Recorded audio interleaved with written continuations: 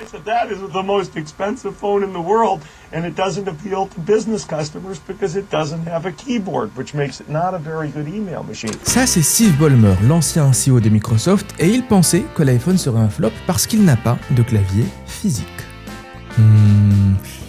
Comment lui dire ?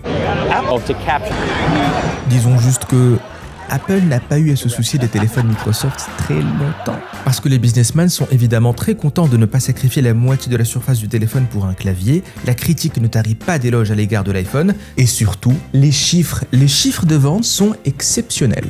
Donc tout le monde est ravi de la sortie de l'iPhone, sauf les geeks. Notez que je parle des vrais geeks des années 2000 et je le dis comme un compliment. Mettez-vous à leur place, Apple sort un petit bijou de technologie, l'appareil est magnifique, mais Apple a mis en place des barrières partout pour que personne ne puisse utiliser un iPhone d'une manière qu'il n'aurait pas imaginée. Vous voyez, quand on dit aujourd'hui nanana, Apple bride la liberté des utilisateurs, des développeurs sur iOS, c'est pas bien, c'est vrai, et c'était 100 fois pire au moment du lancement de l'iPhone. Impossible d'enregistrer des vidéos, impossible d'envoyer des fichiers par Bluetooth, impossible d'utiliser des sonneries personnalisées, impossible d'installer des applications autres que celles d'Apple, et impossible de choisir votre opérateur téléphonique, c'était AT&T ou rien. Ce genre de restrictions téléphone-opérateur était très courant à l'époque. Pour le coup, Apple n'a rien inventé. Et c'est le genre de contrat qui vaut des centaines de millions, autant pour AT&T que pour Apple. Mais c'est précisément ce point qui a fait tiquer George Hot, alias Geo Hot. Il a 17 ans et assez d'argent pour se procurer un iPhone, mais il n'a pas AT&T comme opérateur. Sa famille avait pris un de ses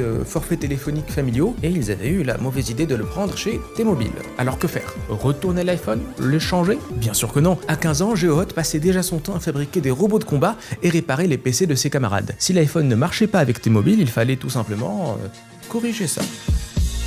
D'abord, il faut décortiquer l'iPhone et révéler ses entrailles. Ensuite, il faut trouver le composant qui restreint l'iPhone à AT&T pour le pirater. La méthode est simple mais pas facile. À force de tâtonner, GeoHot remarque que lorsqu'il désactive une puce en particulier, l'iPhone démarre bien, mais ne se connecte plus au réseau de l'opérateur. Bien. En regardant le contenu de la puce, il retrouve le code qui vérifie qu'on a bien inséré une carte SIM AT&T dans le téléphone. Très bien. Il modifie le code pour laisser passer n'importe quelle carte, il insère sa SIM T-Mobile, et ça marche.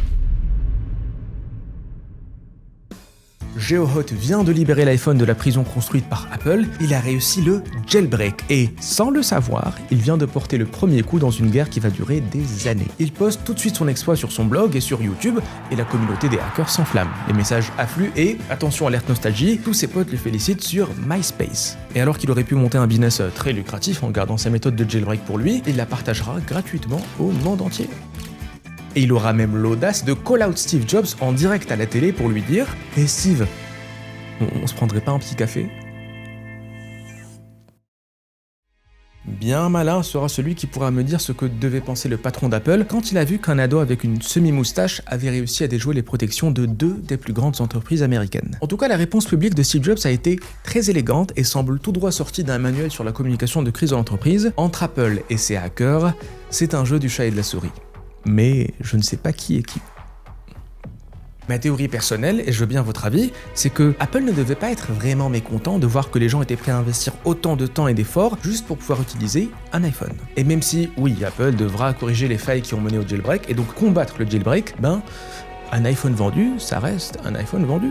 Donc que ce jeune GeoHot tout souriant permette de changer de carte SIM, c'est pas très inquiétant pour Apple. Mais quand plusieurs équipes de hackers dédiées au jailbreak commencent à apparaître, là, il y a de quoi s'inquiéter.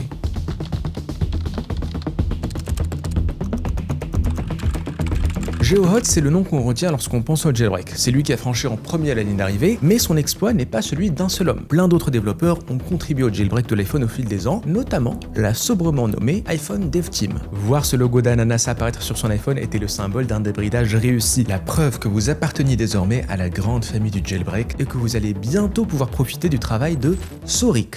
Qui est Sorik ?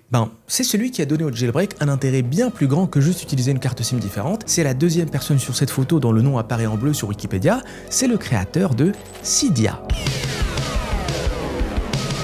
Voilà un nom qui va rendre certains nostalgiques. Cydia, c'était l'App Store plusieurs mois avant qu'Apple ne sorte son propre App Store. Depuis Cydia, on installait des jeux, des applications, des sonneries. Cydia permettait de faire à son iPhone des choses qu'Apple soit n'avait pas pris la peine de développer, soit voulait nous empêcher de faire avec l'iPhone. Personnaliser vos icônes, vos menus, votre fond d'écran, facile. Des raccourcis pour vous permettre, bien sûr. Recevoir des notifications même quand l'écran est verrouillé, drôle d'idée, mais ok. Émulateur, filtre de lumière bleue, gestionnaire de fichiers et j'en passe, tout le monde pouvait trouver son bonheur sur Cydia. Surtout qu'avec le temps, jailbreak son iPhone devient de plus en plus simple. S'il fallait faire de la soudure pour la toute première version, désormais, on peut juste aller sur un site web et instantanément libérer son iPhone. Ça en était devenu tellement trivial que de petits malins s'amusaient à aller dans les boutiques d'Apple, jailbreak les iPhones exposés, puis se prendre en photo avec. C'est de la pure provocation et ça symbolise bien qu'on est loin du temps des ados qui piratent depuis leur chambre. Ça fait un moment que GeoHot est déjà parti, il s'est mis en tête de craquer la PS3. L'iPhone Dev Team a été rejointe par plusieurs équipes qui se chamaillent aussi souvent qu'elles travaillent ensemble et Cydia est un business qui compte désormais des millions d'utilisateurs et qui génère presque autant de dollars. Et tout le monde est globalement content. Sauf Apple. Rappelons quand même que c'est l'entreprise qui, aujourd'hui encore, mène la vie dure à quiconque essayait de gagner de l'argent sur ses appareils sans passer par son écosystème. Ils pouvaient encore fermer les yeux sur le jailbreak quand ça n'impactait pas leur comptabilité et juste se contenter de patcher les failles de sécurité. Mais apprendre que des personnes se font de l'argent sur leur smartphone et qu'ils n'en voient pas passer un centime, c'est non. Et à partir de maintenant, Apple sait quel est son rôle dans le jeu du chat et de la souris. C'est pas la souris. La première offensive d'Apple prend place dans les tribunaux américains. Sans surprise, Apple considère que jailbreak un iPhone implique de modifier leur code, ce qui est, a priori, illégal. Et sur ce point, ils ont tout à fait raison. Mais le Bureau américain du copyright a un système très cool qui permet au public de proposer des exceptions à ces lois, et ils vont considérer que le jailbreak mérite cette exception. Mais Apple ne s'avoue pas vaincu, et surveille attentivement n'importe quelle fuite de son code pour le faire supprimer, et n'hésite pas à attaquer en justice n'importe quelle entreprise qui aide au jailbreak. Apple va aussi énormément jouer la carte de la sécurité pour semer la peur. Un iPhone jailbreaké est un iPhone vulnérable aux cyberméchants. Et oui, c'est un pléonasme. Par définition, jailbreak un iPhone signifie exploiter une vulnérabilité pour retirer les restrictions et les protections d'Apple. Et ça implique que certains malwares ont commencé à se propager entre iPhone jailbreakés. Et si au début c'était plutôt gentil, le premier malware recensé se contentait de changer le fond d'écran des victimes par recasté, ça a vite changé parce que le deuxième malware tentait de voler des identifiants bancaires. En parallèle de tout ça, la guéguerre entre Apple et les équipes de jailbreak continue. À chaque nouvelle version d'iOS, on arrive à trouver des failles assez importantes pour continuer à jailbreak les iPhones en untethered. Et pour saisir à quel point c'est important, il nous faut un poil d'explication sur les types de jailbreak possibles. Untethered, littéralement débranché, désigne le meilleur type de jailbreak qu'on puisse avoir. On a besoin de le faire qu'une seule fois et puis on peut utiliser, éteindre, redémarrer notre téléphone sans aucun souci. Ce sont les lignes avec les petites cases vertes là. Mais à partir de l'été 2016, les cases vertes disparaissent et ce genre de jailbreak particulièrement confortable devient très rare. Désormais, à chaque fois qu'on redémarre un iPhone, il faudra refaire le jailbreak, soit depuis une application iOS, soit depuis un logiciel sur ordinateur.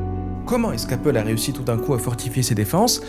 Corrélation n'est pas causalité, mais à l'été 2016, Apple a lancé son programme de Bug Bounty, c'est-à-dire qu'au lieu d'utiliser les failles découvertes sur iOS pour faire des jailbreaks, les développeurs pouvaient maintenant les communiquer à Apple contre une rémunération qui allait de 5 000 à 200 000 $. L'appât du gain est très fort, et donc la communauté du jailbreak perd plusieurs talents qui ont préféré monnayer leur service en aidant à renforcer la sécurité d'iOS. Ils avaient évidemment tous les droits de le faire, mais malheureusement, ça a fait passer le jailbreak de processus relativement facile à corvée fastidieuse et répétitive. Et là où Apple a été très intelligent, c'est que pendant qu'ils renforçaient leur sécurité, ils s'inspiraient des fonctionnalités du jailbreak pour améliorer iOS. Les notifications de IntelliScreen et les widgets de Assesh Widgets sont devenus Today View et Home Screen Widgets. Les raccourcis de SB Settings sont devenus le Control Center. Le tiroir d'application de Vesta devient App Library, et même le grand redesign de 2025 qui met la transparence à l'honneur sur iOS peut faire penser à un iPhone de 2010 customisé avec GlassCart. Et donc, de mise à jour en mise à jour, l'intérêt du jailbreak décroît, autant pour les utilisateurs que pour les hackers, jusqu'à ce que même Sorik, même celui qui avait vaillamment maintenu Cydia pendant près de 10 ans, décide de fermer son App Store et se retirer de la scène pour se dédier à d'autres projets. Apple a gagné. À coups de dollars, de recrutement et de nouvelles fonctionnalités, ils ont fait en sorte que le jailbreak n'ait plus d'intérêt pour le grand public, ce qui leur suffit largement.